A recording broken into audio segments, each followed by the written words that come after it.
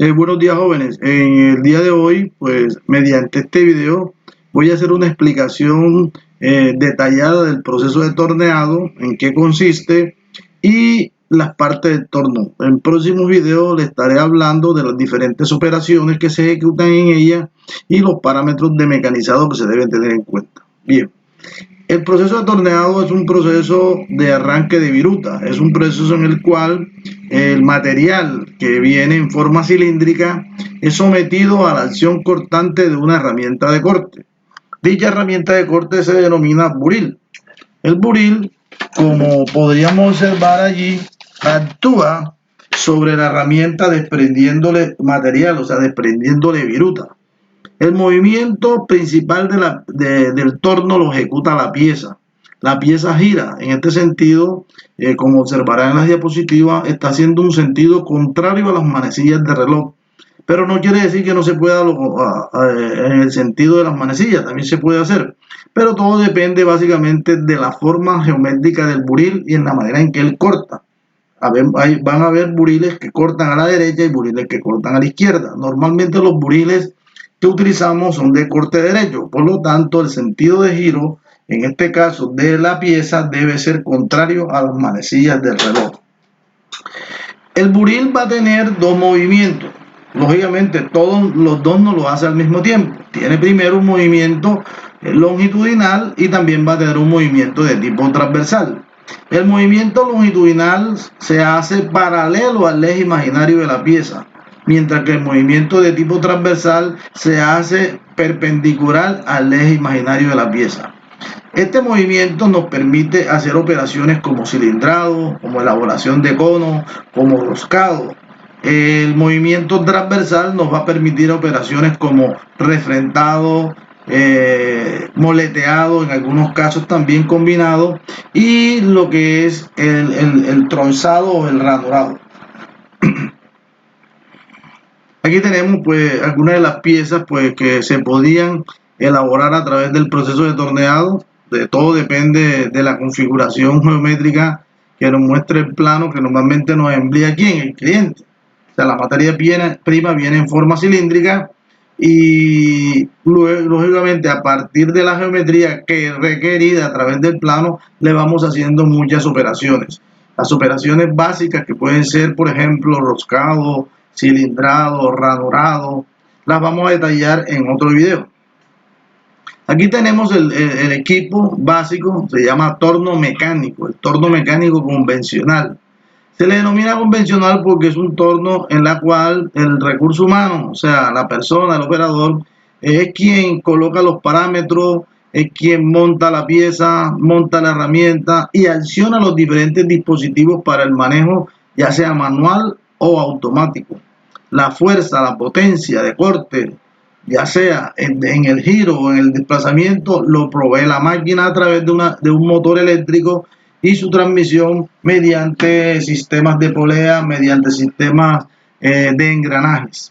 Los tornos vienen provistos de dispositivos de seguridad para evitar que si en caso de que se presentase algún tipo de inconveniente podamos parar la máquina de forma inmediata. Uno de ellos es el que les muestro aquí en este esquema, el botón de seguridad, y normalmente también en la parte inferior lleva una palanca que es de pie, que básicamente una vez se presente cualquier inconveniente, el pulsar este botón o el pisar esa palanca detiene el torno.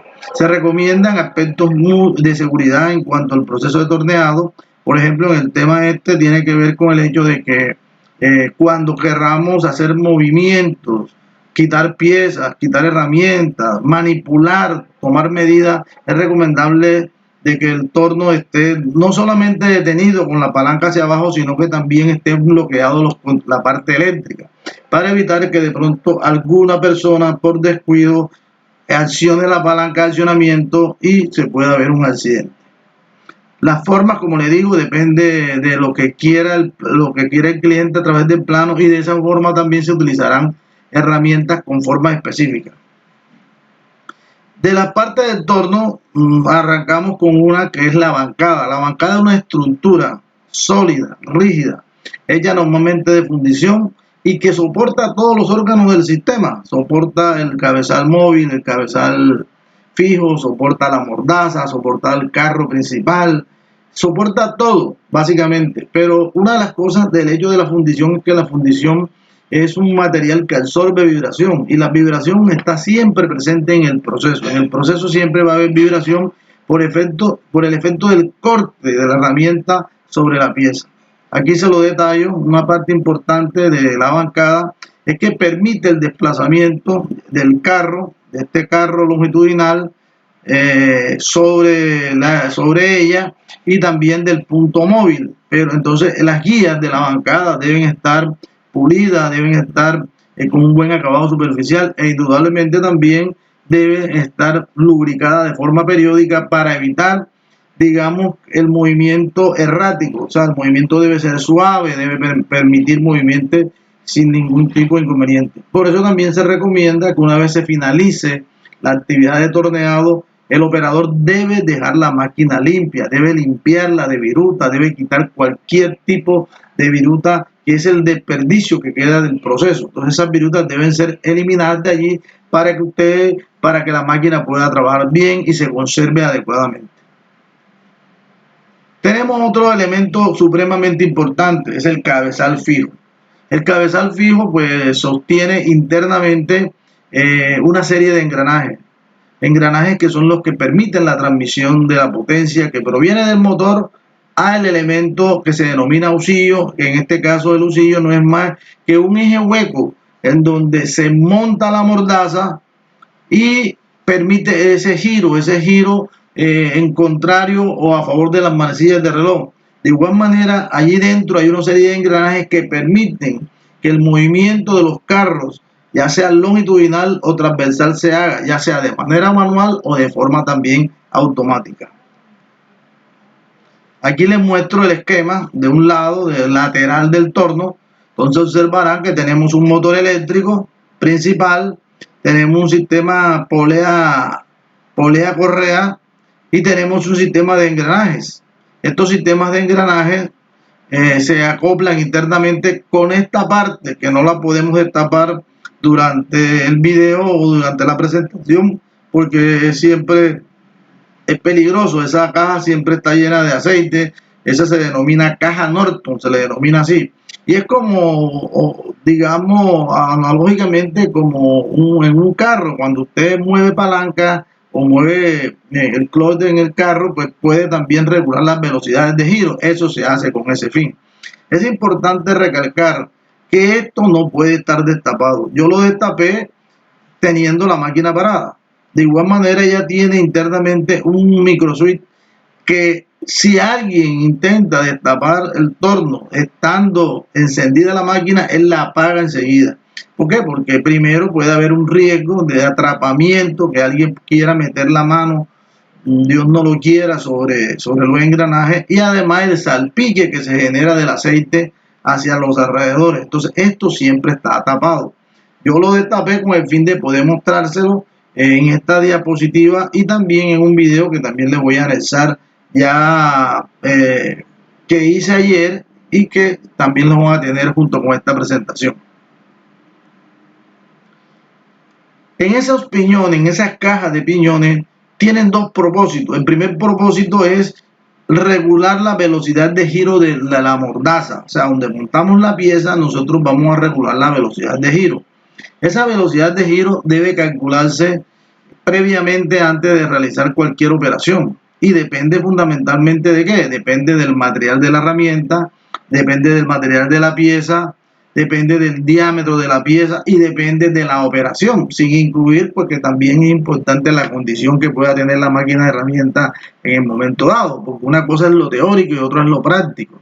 Entonces, cuando nosotros vemos de una ficha técnica los parámetros que debemos aplicar, debemos entender que esos parámetros están dados bajo unas condiciones ideales, que cuando nosotros la vamos a llevar a unas condiciones reales, entonces tenemos que tener en cuenta, bueno, en qué estado está la máquina. Realmente la máquina se ha sido mantenida adecuadamente, es nueva, es muy vieja, porque ahí en la medida en que nosotros incrementemos esas velocidades de giro se pueden presentar altas vibraciones o ruidos. Entonces, pues calculamos la velocidad de giro a través de la fórmula que más tarde le explicaré. Nos vamos a la máquina y vamos a observar que tenemos una gama limitada de velocidad de giro. Normalmente en esos tornos que tenemos acá en el tecnológico, tenemos una gama que va entre 60 a 2000 revoluciones por minuto. Tenemos 9 posibilidades de velocidades de giro. Cuando hacemos el cálculo y vamos a la máquina, observan aquí que aquí tenemos colores, tenemos números romanos y tenemos letras. Entonces la combinación de estos tres ubicados, de acuerdo a lo que establece la tabla, nos da un valor específico de velocidad de giro. Yo hago mi cálculo, me voy a la máquina, verifico cuál es la velocidad de giro más próxima, ya sea por encima o por debajo, que encuentro y la coloco. Hay que entender que entre menos velocidad de giro, más demorado es el proceso. Entre más velocidad de giro, más rápido es el proceso. Pero de igual manera también pues tenemos que tener en cuenta otros factores, como por ejemplo el acabado superficial de la pieza, que hay otros factores como la forma y el afilado del buril. Pero partiendo de que sea solamente esta variable, entre mayor velocidad de giro, el acabado puede que se desmejore. Entre menor velocidad de giro, mejora el acabado. Entonces lo que se hace normalmente es que, bueno, se hace el cálculo, se coloca el valor aproximado o el que más próximo a nuestro valor, y en la medida en que se esté trabajando, pues se puede hacer algunos ajustes pertinentes tratando de garantizar un mejor acabado superficial sin incidir en que el tiempo sea mucho mayor. Desde un punto de vista académico no importaría el tiempo, desde un punto de vista práctico en las empresas sí juega un papel importante, porque las empresas establecen tiempos de fabricación y esos establecimientos de esos tiempos juegan un papel importante tanto en el costo como en la entrega, en poder, digamos, ganar una licitación en un momento dado. Acá al lado también tenemos otra tabla y tenemos dos palanquitas. Le llamo palanca porque hay algunos tornos que tienen palanca. Estas aquí tienen un maniobro. Pero de igual manera, ustedes encuentran los textos que le hablan de palanca. Entonces acá tenemos números remados y números normales. La combinación de esos dos nos da un parámetro que se llama avance. El avance nos muestra, digamos, el desplazamiento longitudinal que tendría el carro longitudinal o el carro transversal por cada vuelta que gira la pieza. Entonces, si yo coloco, por ejemplo, dando un valor, digo que mi revolución es 2000 revoluciones minuto.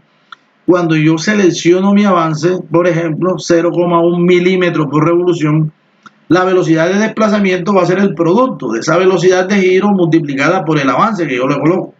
O sea que si yo le coloco un avance y le varío la revolución, usted mirará que el carro se desplaza más lento o más rápido. Entonces, esa combinación de velocidad, esa combinación de avance, la calculamos previamente y nos vamos a las fichas técnicas de los materiales, las cuales nos dan unos parámetros orientativos. Esos parámetros orientativos son los que nosotros vamos a utilizar para hacer los cálculos teóricos que posteriormente van a ser refrendados a través del proceso.